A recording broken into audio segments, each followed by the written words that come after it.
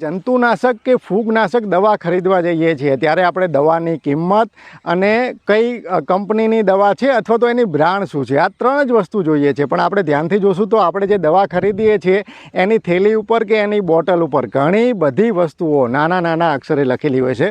તો દવા ઉપર આટલી બધી વસ્તુઓ કેમ લખેલી હોય છે? એટલા માટે લખેલી હોય છે કે સરકારે કડક કાયદા કર્યા છે કે ખેડૂત કોઈ પણ દવા ખરીદે તો એને તમામ પ્રકારની માહિતી મળવી જોઈએ કે દવા શું છે ને કેવી રીતે કામ કરશે. પણ કમનસીબે આપણે આ બધી વસ્તુ જોતા નથી. તો હવે સમય આવી ગયો છે, આપણે જાગૃત થવાનું છે અને આપણે કોઈ પણ જંતુનાશક કે ફૂગનાશક દવા ખરીદીએ તો કિંમત તો આપણે સૌથી છેલ્લે જોવાની છે. જે પહેલાં જોવાની ત્રણ વસ્તુ છે એ ત્રણ વસ્તુ કઈ છે એને સરળતાથી સમજવાનો પ્રયાસ આપણે પરિચયની પાઠશાળાના આ એપિસોડમાં કરીશું.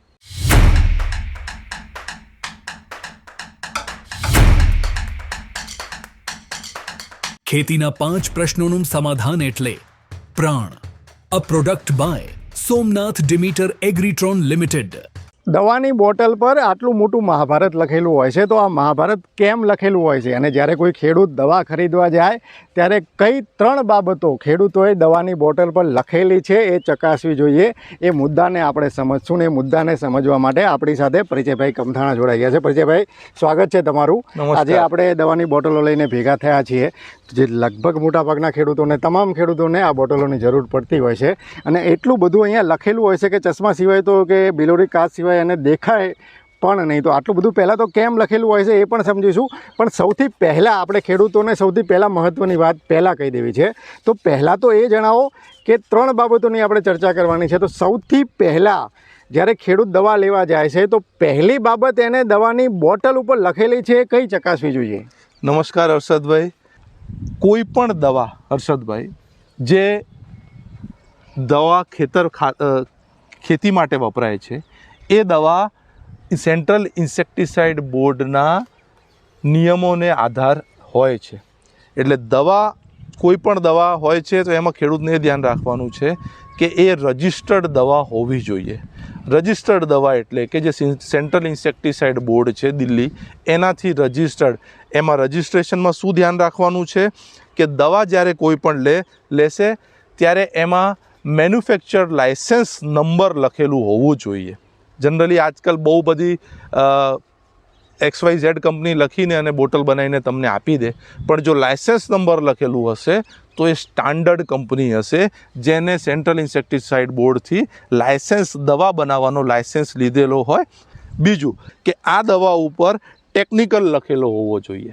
જ્યારે ટેકનિકલ લખેલું હોય ત્યારે આપણે ક્લિયરિટી આવી જાય કે ભાઈ આ એ પ્રકારનું ઝેર છે. આ ફિપ્રોનિલ છે. ફિપ્રોનિલ 5% દવાનું નામ, કંપનીનું નામ લખ્યું છે, દવાનું નામ લખ્યું છે ફિપ્રો અલ્ટ્રામેક્સ ને એના નીચે ઝેરનું નામ લખ્યું છે. એક ફિપ્રોનિલ છે, ફિપ્રોનિલ 5%. તો 5% એટલે શું એ સમજાવો? 5% એ ફિપ્રોનિલ જે ટેકનિકલ છે એની ટકાવારી છે આ દવાની અંદર. ઝેરની ટકાવારી 5% છે. ઓકે. ખેડૂતોને હું શું સમજાવવા માંગુ છું કે આ સાદી ભાષા છે. ટકાવારી જોઈ લે એટલે ખ્યાલ આવી જાય કે ભાઈ એ એકચ્યુઅલ છે. મેન્યુફેક્ચરિંગ લાઇસન્સ જોઈ લે તો એ એકચ્યુઅલ છે. રજિસ્ટ્રેશન નંબર જોઈ લે એટલે એકચ્યુઅલ છે. એટલે ડુપ્લિકેટ થવાના અથવા કોઈ પણ એવી ખોટી દવા તમારા હાથમાં ના આવે, અહીંયા ક્લિયરિટી આવી જાય. આ નિંદામણનાશક છે તો નિંદામણનાશકમાં પણ નીચે કયું નિંદામણનાશક છે એની ટકાવારી લખેલી હશે. ઓકે. આમાં લખેલું હશે manufacture licence number, registration number, આપ જોઈ શકો છો. ઓકે. તો આનું મતલબ એ થયું કે આ સ્ટેન્ડર્ડ દવા છે. નિંદામણને બાળવા માટે હું આને વાપરી શકું છું. આ સાંકડા પાનની દવા છે એટલે સાંકડા પાનમાં રિઝલ્ટ આપશે, પોળા પાનના નિંદામણને ના બાળે.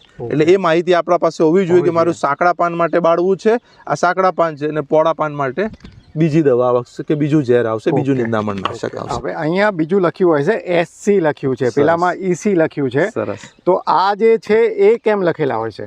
ત્રીજી વસ્તુ એ આવે કે આ ફોર્મ્યુલેશન પ્રકાર કયો છે. SC ફોર્મ્યુલેશન છે, EC ફોર્મ્યુલેશન છે, FS ફોર્મ્યુલેશન છે, ZC ફોર્મ્યુલેશન છે કે WP વેટેબલ પાવડર ફોર્મ્યુલેશન છે, WS ફોર્મ્યુલેશન છે, GR છે.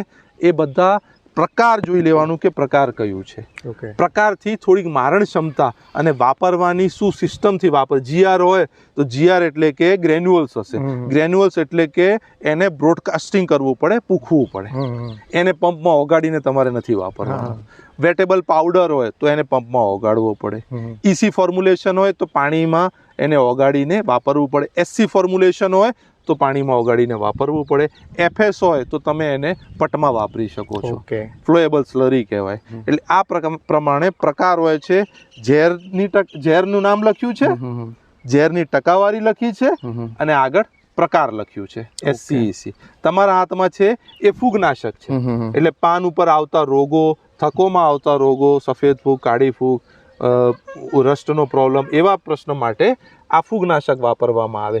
આ જીવાત ઉપર કામ નહીં કરે. આ ખાલી માત્ર રોગ ઉપર, ફૂગ ઉપર, બેક્ટેરિયલ કે ફંગલ પ્રોબ્લેમમાં આ દવા કામ કરશે. ખેડૂતોને ભલામણ પણ એ રહેશે કે SC ફોર્મ્યુલેશનની દવા વાપરવી હિતાવહ રહેશે. થોડુંક SC ફોર્મ્યુલેશનની દવા પરિણામ સારા આપે છે EC કરતા, બરાબર? તો એક થોડુંક કેમ પરિણામ સારા આપે છે? EC ઇમલ્સિફાયેબલ કન્સન્ટ્રેટ અને SC સોલ્યુબલ કન્સન્ટ્રેટ કહેવામાં આવે છે.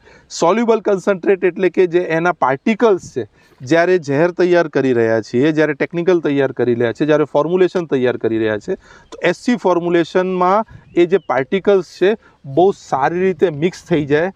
તમે 20 ml 25 ml જે ડોઝ નાખી રહ્યા છો, બનાવી રહ્યા છો, તો પાણીમાં પૂરેપૂરું મિક્સ થઈ જશે.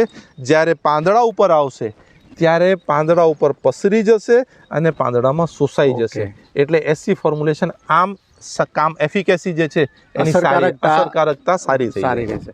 ઓકે, હવે મહત્વની 3 બાબતો તો આપણે જાણી લીધી. હવે એના સિવાય નાની કોઈ બાબત, કોઈ જાગૃત ખેડૂત હોય, વધુ પડતા જાગૃત ખેડૂત હોય, એમને સમજવી હોય તો બીજું કંઈ તમે કહેવા માંગતા હોય જે બોટલ ઉપર હોય? જનરલી બહુ સાધારણ છે કે લોકો કિંમત જોતા હોય.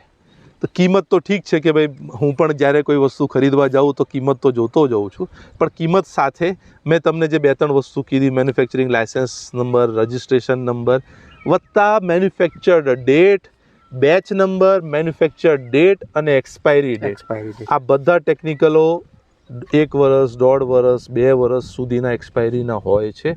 એટલે ધ્યાન રાખવું કે એક્સપાયર્ડ દવા વાપરે તો એનું કોઈ પરિણામ મળવાનું નથી. એટલે બને ત્યાં સુધી ફ્રેશ દવા અથવા જે દવા જે એની લિમિટ છે, એક્સપાયરીની લિમિટ છે, એની અંદર હોય તો એ દવા વાપરી શકશે. એ હિતાવહ રહેશે.